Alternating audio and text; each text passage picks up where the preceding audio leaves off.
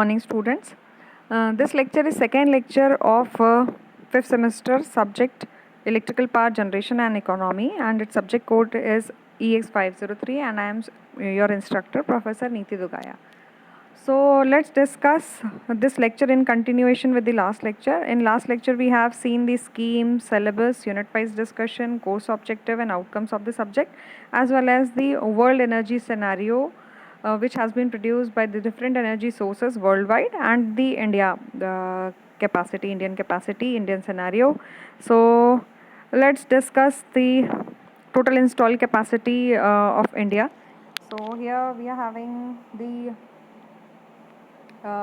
this slide, total installed capacity slide. India is the world's third largest power producer and third largest consumer of electricity. The national grid in India has an installed capacity of 371.054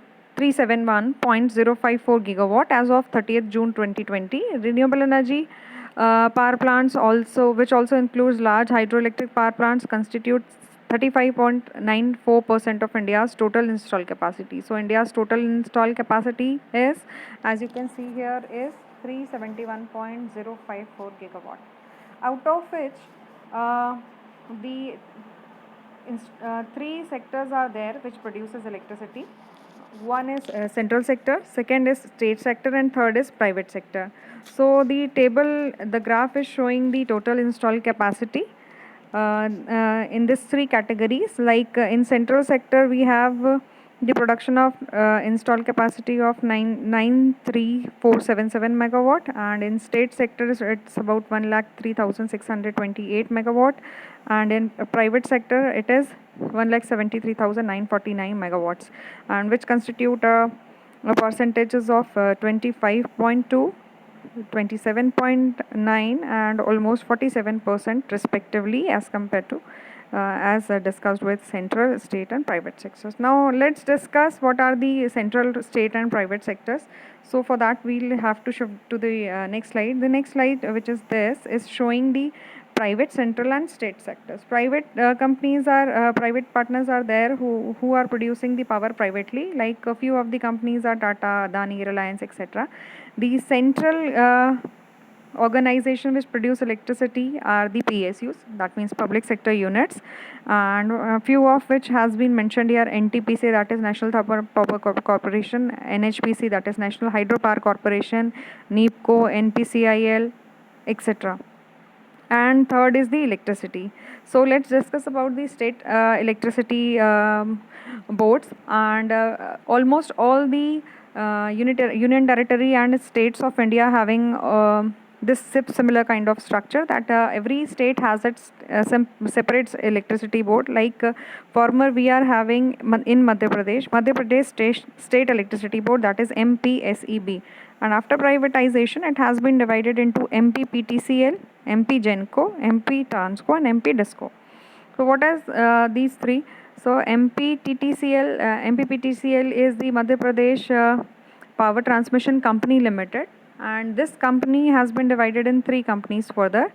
That is Madhya Pradesh Genco, that is generation company; Madhya Pradesh Transco, that is transmission company; MP Disco, that is distribution company. So this MP Discom is having like MP Discom, here it is not properly shown. Screen is, that is MP. This Discom is again divided into three categories. You will be seeing clearly that in your graph. This is Madhya Pradesh Purva Kshetra, and this is Madhya Pradesh Paschim Kshetra, and this is Madhya Pradesh Madhya Kshetra. So MP Discom has divided into three sectors: पूर्व क्षेत्र, पश्चिम क्षेत्र and मध्य क्षेत्र. तो आपका जो electricity bill आता है, you can check whether, जब भी आजकल तो सारे बिल डिजिटली भी पे होते हैं, तो आपके गूगल पे से या पेटीएम से या फ़ोनपे से, आप जिस भी UPI से आप इलेक्ट्रिसिटी बिल पे करते हैं, तो वहाँ कंपनी का सिंबल आता है कि फॉर एग्जांपल कि अगर आप पिपलानी एरिया में रहते हैं, BHL एरिया में रहते हैं, तो वहाँ मध्य क्षेत्र आता है. अगर आप सिटी एरिया में रहते हैं, ओल्ड सिटी एरिया में रहते हैं, तो वो पश्चिम क्षेत्र आता है ना. यहाँ आप न्यू भोपाल यानी कि अरेरा कॉलोनी साइड या न्यू मार्केट साइड रहते हैं, तो कौन सा आता है? तो ये भोपाल इसके कैटेगरीज को मध्य प्रदेश के इलेक्ट्रिसिटी डिस्कॉम को या डिस्ट्रीब्यूशन कंपनीज को 3 सेक्टर्स में डिवाइड किया गया, पूर्व, पश्चिम और मध्य क्षेत्र। तो यहाँ भोपाल रीजन जो है वो मध्य क्षेत्र के अंतर्गत आता है। तो कभी भी आप अपना घर का IVRS number electricity bill pay जो मेंशन होता है उसको जब आप डालेंगे तो वो आपको सिलेक्ट करके बताएगा कि ये जो कंज्यूमर है वो कौन से एरिया में आ रहा है, मध्य क्षेत्र में आ रहा है कि पूर्व में या पश्चिम में। तो भोपाल में यूजुअली जो है मध्य क्षेत्र में आता है। ये आपके लिए टास्क है कि आप इसको चेक करें इलेक्ट्रिसिटी बिल्स के लिए। तो ये मध्य प्रदेश डिस्कॉम कंपनीज जो हैं ये 3 कैटेगरी में डिवाइड की हुई हैं, जैसे कि मैंने आपको बताया। तो ये इलेक्ट्रिसिटी जनरेशन कंपनीज हैं जो प्राइवेट, सेंट्रल और स्टेट यूनिवर्सिटीज़ से इलेक्ट्रिसिटी प्रोड्यूस करती हैं, राइट। अब उसके बाद हम आ जाएंगे इंस्टॉल कैपेसिटी की डेफिनेशन क्या है। इंस्टॉल कैपेसिटी तो देखा हमने। सो द इंस्टॉल कैपेसिटी और ICAP of a power system represents the maximum capacity that the system is designed to run at. It is also known as peak install capacity or rated capacity.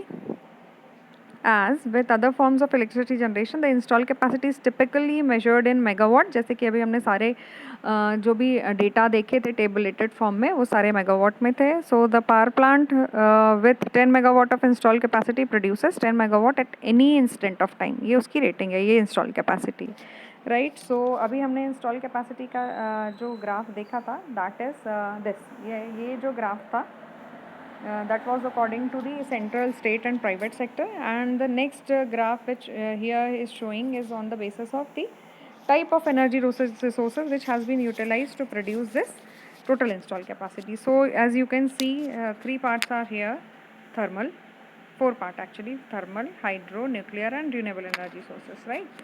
So total thermal जो है that is also categorized under 4 parts. thermal power plant जो है वो 4 fuels से काम करते हैं: coal, lignite, gas and diesel.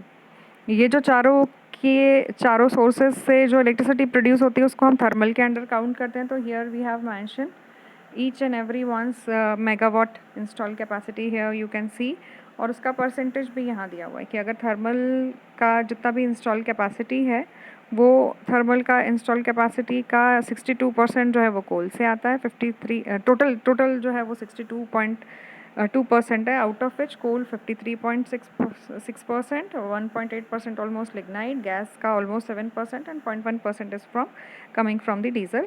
So hydro, nuclear, RES का भी जो है MNRE मतलब ministry of new and renewable energy जो है, मतलब ये renewable energy sources, RES means renewable energy sources से जनरेट होने वाला है 23.6%। उसमें अगेन सोलर, विंड, ये सारा आ जाएगा। हाइड्रो जो है वो उसकी कैपेसिटी जो है 45,699 मेगावाट है, जो कि 12.3% शेयर करती है एनर्जी रिसोर्स जनरेशन का। न्यूक्लियर जो है वो लगभग 6,780 मेगावाट और which constitutes 1.8% of the total install capacity. So this total 371,054 megawatt has been divided like this. Now what is more important is the climate change and energy. We'll be discussing all the resources, energy resources in this subject, and we'll be studying them in detail: thermal, nuclear, hydro, solar. These would be these energy resources and the energy generation techniques we'll be seeing in detail. But what is more important is the climate change related to energy. The world is going towards the energy sustainability and going towards the sustainable development of future. So the international organization IEA, that means International Energy Agency, is the most prominent worldwide energy agency, and the Dr. Faith Perol is the executive director of this IEA, and it has been clearly seen this. Look, this is very, very important statement. He said that the world urgently needs to put a laser-like focus on bringing down global emission. This calls for a grand coalition encompassing governments, investors, companies and everyone else who is committing to tackling climate change. Look, जितना electricity demand बढ़ रही है, जितना population increase हो रहा है, उतने ही ज़्यादा जो है क्लाइमेटिक चेंजेस हो रहे हैं, adverse climatic changes. The world energy outlook, here it is has been written, the world energy outlook explores that these widening fractures in detail, explains the impact of today's decision on tomorrow's energy systems, and describes a pathway that enables the world to meet climate energy access and air quality goals while maintaining the strong focus on the reliability and affordability of energy for a growing global population. The deep disparities defines the total energy world, oil markets and geopolitical tensions, carbon emissions and climate charges. The promise on energy for all and the lack of electricity access for 850 million people around the world is the concern. So, what are the adverse changes of increasing the energy demand? As you can see here, it is the forest fires. You can see that last year Australia में भी forest fire हुआ, California में अभी चल रहा है, Amazon में every year almost it's a forest fire जिसमें हज़ारों लाखों की संख्या में जानवर जो है, एनिमल्स जो हैं वो अफेक्ट होते हैं, वेजिटेशन अफेक्ट होता है, जंगल जल के बर्बाद हो जाते हैं और इतना अमाउंट में पोल्यूशन होता है. That is few of the climate changes. as you can see, this is the snowfall in desert में कभी भी snowfall नहीं होता, लेकिन ये जो climatic changes हैं, adverse effect हैं, वो देखिए. और आपने वेनिस का नाम सुना होगा. Venice is the city which has been installed और establish over the water. And Venice का जो सीन है वो भी ये सिनेरियो है. देखिए कि वेनिस में कभी पानी नहीं भरता है, वेनिस में नाव होती है और नाव से लोग ट्रैवल करते हैं. जैसे हम रोड पर ट्रांसपोर्टेशन करते हैं वो वाटर ट्रांसपोर्टेशन पे चलते हैं. लेकिन यहाँ देखिए कि वेनिस में जो सिटी लेवल है उसके ऊपर भी काफ़ी घुटने घुटने तक पानी आ गया है. तो ये एक बहुत ही सरप्राइजिंग. और चौथा जो है इसमें I have forgot to mention here, fourth one is the fog. Delhi fog is the best climatic change which can be seen in India. These are the adverse effects. So we have to utilize the electricity very wisely. Like you people are electrical engineers, so all of you need to understand that how wisely we can use the energy, because as the population grows, as the demand grows, as the lifestyle grows, every people want to use more and more electricity. Like everything is automated. आज से 30 साल 50 साल 40 साल पहले घर में हर चीज़ के लिए इलेक्ट्रिसिटी बेस्ड इक्विपमेंट नहीं हुआ करते थे. कपड़े हाथों से धोए जाते थे, वॉशिंग मशीन नहीं होती थी. खाने को प्रिजर्व करने के, दूध को, वेजिटेबल्स को, फ्रूट्स को प्रिजर्व करने के लिए अपने अलग तरीके हुआ करते थे. बांस की टोकरियों में गीला कपड़ा रख करके उसमें पानी डाल करके और ताज़ी सब्जियां उगा करके और थोड़ा बहुत इन सब्जियों को उस तरीके से रेफ्रिजरेट किया या ताज़ा रखा जाता था. लेकिन आजकल हम रेफ्रिजरेटर्स यूज़ करते हैं. एयर कंडीशंस पहले नहीं हुआ करते थे, बहुत सारे पेड़ हुआ करते थे, तो टेम्परेचर राइजिंग इतनी ज़्यादा नहीं थी. तो ये क्लाइमेटिक चेंजेस के एडवर्स कंडीशन हैं जो हमको मजबूर करते हैं कि हम और ज़्यादा से ज़्यादा इलेक्ट्रिसिटी कंज्यूम करें. और उसका जो एडवर्स इफेक्ट है वो और इसी फॉर्म में आता जा रहा है कि और हर साल कुछ ना कुछ टेम्परेचर की रेंजेस बढ़ती ही चली जा रही है. Right. So we have to think very wisely that how much electricity we can save and we should. So this are the ethics topics, या or we can say the future which I need to show you. And these are the just these last slide is just for you that whatever subject you are studying, you have to think that you have to craft your future, and you have to do step by step from I can't do this, so I will do this. And this is the journey, this is the path where you can where you can see your potential, your growth you can see here by step wise. So you have to be very careful about your studies. So this is all about this. I'll share these PPTs in your groups so that you can refer them, revise them, and see you in the next lecture. Thank you.